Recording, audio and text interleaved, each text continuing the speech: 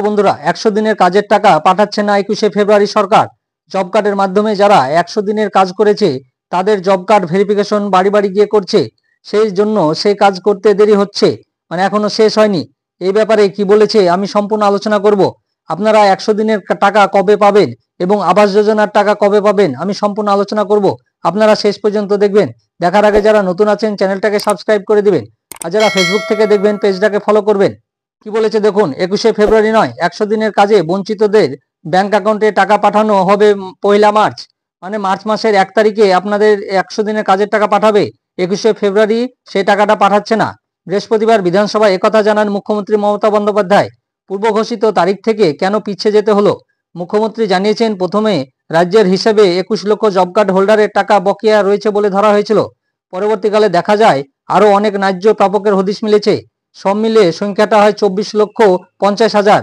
মানে আগে ছিল 21 লক্ষ জব কার্ড হোল্ডাররা টাকা পাবে সেটা ভেবেছিল, কিন্তু এখন ভেরিফিকেশন করতে গিয়ে দেখা যাচ্ছে 24,50,000 মানুষ জব কার্ডে টাকা পাবে।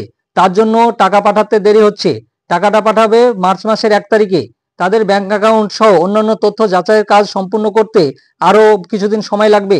তাই সবাইকে একসঙ্গে টাকা পাঠাতে কয়েকদিন পিছিয়ে যেতে হচ্ছে বলে জানিয়েছে তিনি। প্রসঙ্গত, 2 বছর অতিক্রান্ত হলেও কেন্দ্র এই প্রকল্প খাতে কোনো টাকা না দেওয়ায় রাজ্যের জব কার্ড হোল্ডারদের বকেয়া মেটাচ্ছে রাজ্যই। এর জন্য রাজ্য বাজেটে 3,700 কোটি টাকা বরাদ্দ করা হয়েছে। টাকা পাঠানোর আগে প্রত্যেক প্রাপকের ব্যাংক অ্যাকাউন্ট সংক্রান্ত নথি ভালোভাবে যাচাইয়ের নির্দেশ দিয়েছে নবান্ন। যেসব অ্যাকাউন্টের সঙ্গে এখনো আধার লিঙ্ক হয়নি সেসব ক্ষেত্রে একাধিকবার তথ্য যাচাইয়ের নির্দেশ দেওয়া হয়েছে, কারণ এই প্রক্রিয়ায় কোনো রকম ভুলভ্রান্তি চাইছে না সরকার। একইভাবে আবাস যোজনার টাকা আটকে রাখায় এদিন মোদী সরকারের বিরুদ্ধে ফের ক্ষোভ উগরে দিয়েছেন মুখ্যমন্ত্রী। সেই সূত্রে তিনি বলেন, ওরা যদি এপ্রিলের মধ্যে টাকা না দেয় তাহলে আমরা 11 লক্ষ বাড়ি প্রাপকের ব্যাংক অ্যাকাউন্টে 1 মে থেকে টাকা পাঠানো শুরু করব। জব কার্ড হোল্ডারদের অ্যাকাউন্ট ভেরিফিকেশন করতে গিয়ে দেখা যাচ্ছে জব কার্ড হোল্ডারদের অ্যাকাউন্টের সঙ্গে আধার লিঙ্ক নাই। তাই যত তাড়াতাড়ি সম্ভব আপনারা ব্যাংকে অ্যাকাউন্টের সঙ্গে আধার লিঙ্কটা করে নিন, নাহলে আপনাদের অ্যাকাউন্টে টাকা ঢুকবে না। আর 11 লক্ষ বাড়ি প্রাপকদের অ্যাকাউন্টে টাকা আপনার মে মাসের 1 তারিখেও ঢুকে যাবে, এটা আগেই ঘোষণা করেছে। কেন্দ্রের ধারাবাহিক বঞ্চনা সত্ত্বেও রাজ্যের মানুষের জন্য জনকল্যাণমূলক প্রকল্পের সুবিধা নিশ্চিত করতে মরিয়া মমতা বন্দ্যোপাধ্যায়ের সরকার।